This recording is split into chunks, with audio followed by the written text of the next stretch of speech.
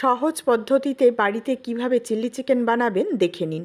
চিকেনের মধ্যে আদা রসুন বাটা আর একটা ডিম, স্বাদ মতো নুন, কাশ্মীরি লাল লঙ্কার গুঁড়ো, গোলমরিচ গুঁড়ো, গরম মশলার গুঁড়ো, কর্নফ্লাওয়ার আর ময়দা দিয়ে ভালো করে চিকেনটাকে মেখে নিতে হবে। এবারে দিয়ে দেবো সাদা তেল। তেল দিয়ে আবারও খুব ভালো করে মিশিয়ে নিয়ে 10 থেকে 15 মিনিট রেখে দেবো। তেল গরম করে হালকা আঁচে উল্টে পাল্টে লাল লাল করে ভাজতে হবে, তাতে চিকেনগুলো খুব ভালোভাবে সেদ্ধ হয়ে যাবে। এবার চিকেনগুলো তুলে নেওয়ার পর সেই একই তেলের মধ্যে দিয়ে দিচ্ছি আদা কুচি, রসুন কুচি আর দিয়ে দিলাম বড় করে কেটে রাখা পেঁয়াজ, ক্যাপসিকাম দিয়ে একটু নাড়াচাড়া করে নিতে হবে।